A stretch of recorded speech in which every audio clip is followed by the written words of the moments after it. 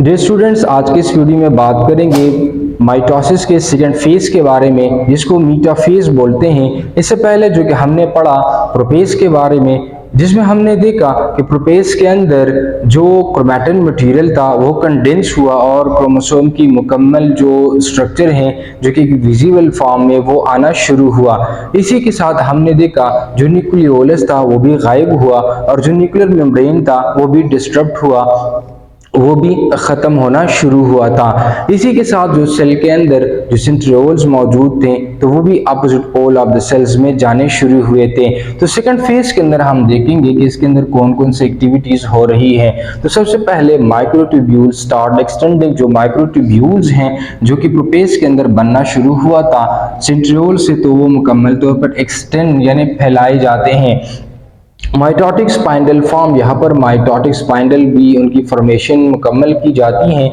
ये बहुत अहम एक्टिविटी है। Chromosomes arrange on the equatorial plate. जो क्रोमोसोम्स हैं वो मुकम्मल तौर पर स्पाइंडल फाइबर्स के साथ अटैच हो जाते हैं। तो इन स्पाइंडल फाइबर्स के अटैचमेंट होने के बाद उनको पुश की जाती है, उनके ऊपर प्रेशर डाला जाता है और इनको जो सेल है उनके सेंटर में अलाइन किया जाता है और इस अलाइनमेंट को इक्वेटोरियल प्लेट बोलते हैं। यानी जो दो सेंट्रियोल्स हैं उनसे स्पाइंडल फाइबर्स एक्सटेंड कर जाते हैं। उनके जो क्रोमोसोम्स का एक खास रीजन है जो प्रोटीन से मिलकर बना होता है जिसको काइनेटोकोर बोलते हैं, तो उनके साथ वो अटैच कर जाते हैं।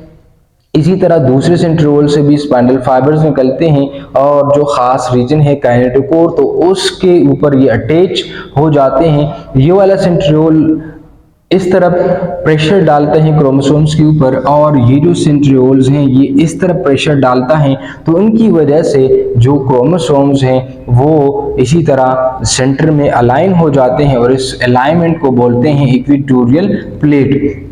इसके साथ माइक्रोट्यूब्यूल्स आर कम्प्लीटली फॉर्म। यहाँ पर जो माइक्रोट्यूब्यूल्स हैं उनकी फॉर्मेशन मुकम्मल की जाती है।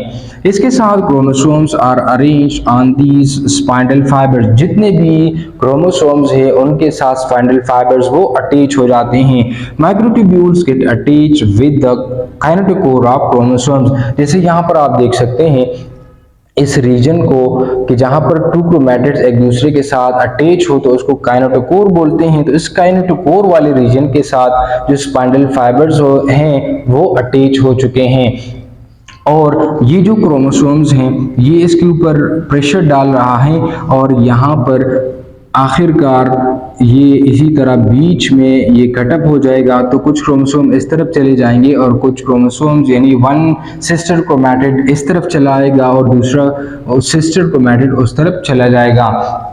Chromosomes arrange in the centre of the cell. Chromosome जैसे इस स्ट्रक्चर के अंदर भी आप देख सकते हैं कि क्रोमोसोम बिल्कुल सेंटर ऑफ द सेल में अलाइन हो चुके हैं। यहाँ पर मीटा का मतलब है इन बिटवीन। तो यहाँ पर आप देखिए कि chromosomes in the centre align हो चुके हैं, सो इसलिए उनको कहते हैं मीटाफेज।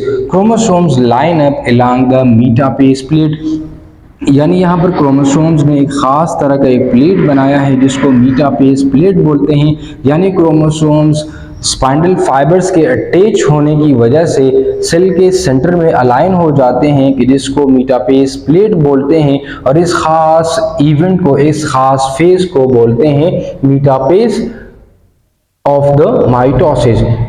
तो दोबारा से रिवाइज करते हैं कि माइक्रोट्यूब्यूल जो है वो स्टार्ट एक्सटेंडिंग यानी ये फैलाए जाते हैं। स्पाइंडल माइटोटिक स्पाइंडल की फॉर्मेशन मुकम्मल होती है।